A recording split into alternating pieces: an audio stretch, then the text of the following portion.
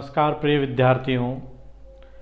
आज हमारे नए YouTube channel Mac future with science by Sushil में आप सबका स्वागत है। आज अपन कक्षा 10 के विज्ञान विषय के ऊपर जो हमारा पहला चैप्टर है जिसका नाम है रासायनिक अभिक्रिया एवं समीकरण, इसके बारे में अपन अध्ययन करने वाले हैं।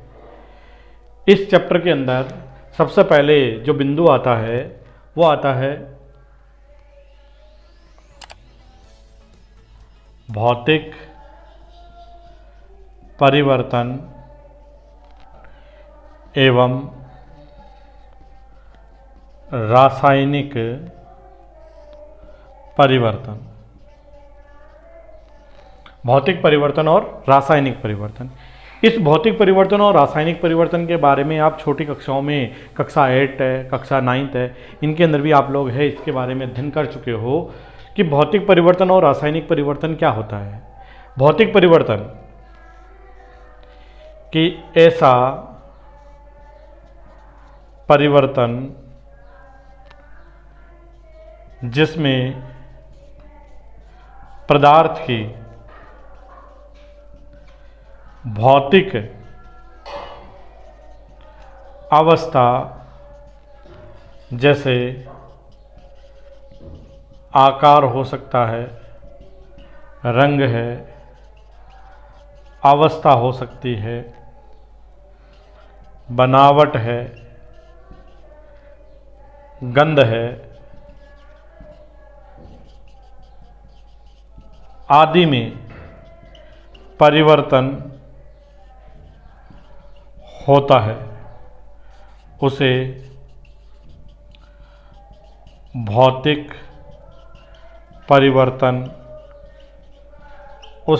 परिवर्तन कहते हैं। यानी ऐसा परिवर्तन जिसमें पदार्थ की भौतिक अवस्था जैसे उसके आकार हो सकता है, रंग हो सकती है, अवस्था हो सकती है, बनावट है, गंध है आदि में परिवर्तन होता है, उसे भौतिक परिवर्तन कहते हैं। जैसे फॉर एग्जाम्पल आपके सामने एक कागज़ है और इस कागज़ का आपको एक आकार है वो दिखाई दे रहा है। मैं इसको क्या कर देता हूँ, कुछ फोल्ड कर देता हूँ और इस प्रकार से फोल्ड करने पर इसके आकार में इसको मैं और फोल्ड कर देता हूँ तो इसके आकार में, इसको मैं और फोल्ड कर देता हूँ तो इसके आकार में और परिवर्तन हो जाता है। या मैं क्या कर सकता हूँ, इसको कई सारे छोटे छोटे टुकड़ों के अंदर तोड़ देता हूँ तो इसके आकार में परिवर्तन हो जाता है।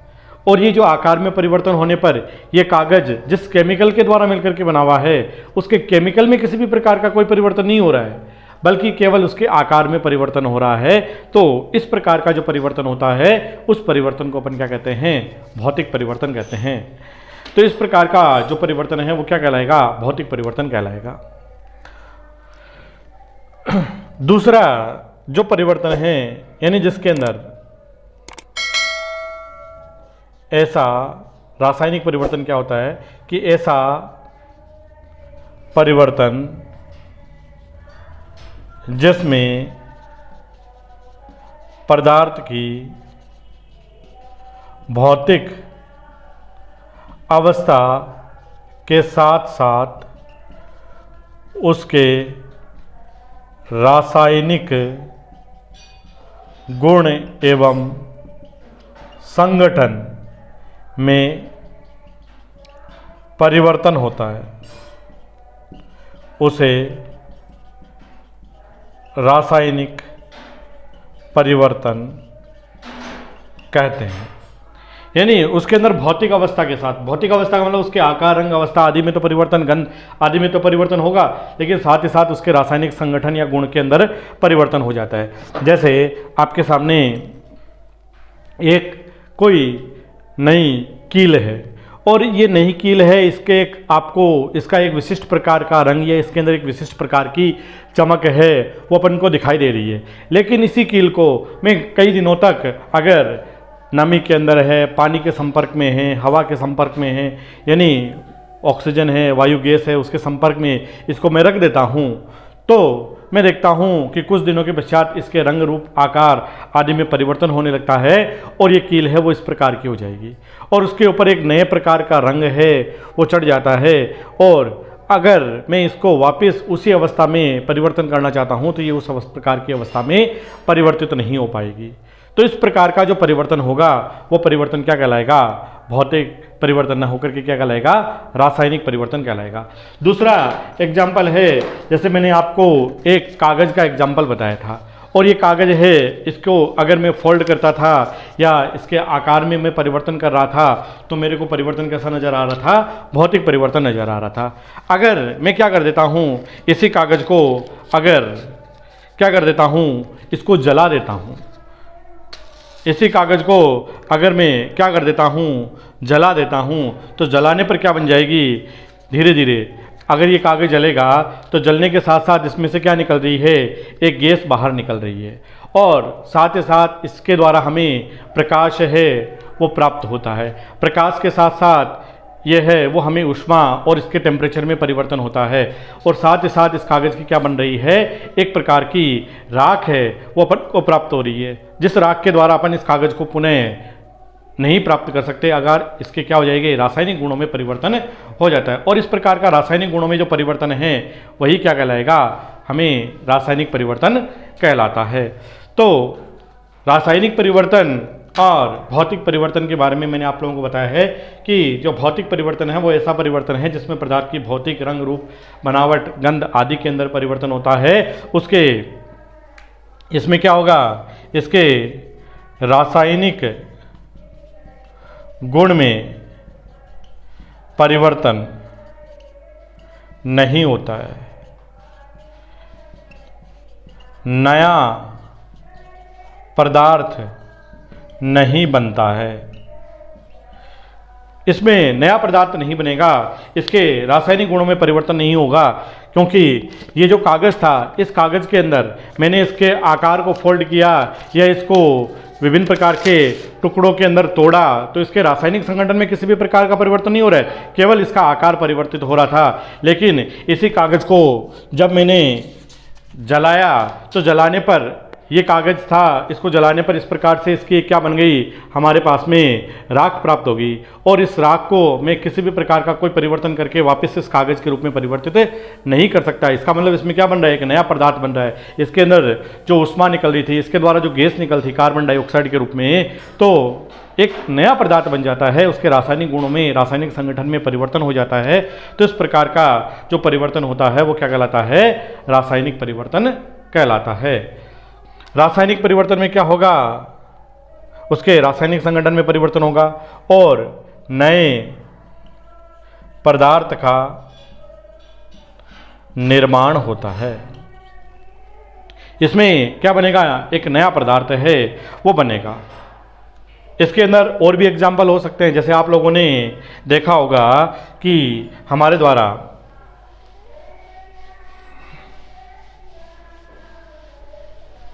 जो बर्फ है, उस बर्फ को पानी है, इस पानी को अगर मैं क्या करता हूँ? ठंडा करता हूँ तो ये किसमें? बर्फ में परिवर्तित हो जाता है। और इस बर्फ को अगर मैं गर्म करता हूँ तो यह वापस पानी में परिवर्तित हो जाएगी। अगर ये पानी है, इस पानी को मैं क्या करता हूँ? गर्म करता हूँ तो ये वाष्प या भाप में बदल जाता है और इस भाप को अगर वापस ठंडा किया जाता है तो ये पानी में परिवर्तित हो जाता है। अगर पानी है, इसका रासायनिक सूत्र देखेंगे तो क्या होगा? हमें H2O मिलता है। बर्फ़ का अगर रासायनिक सूत्र देखोगे तो H2O होगा। भाप या जो वाष्प है उसका रासायनिक सूत्र अपन देखेंगे तो अपन को H2O ही मिलेगा।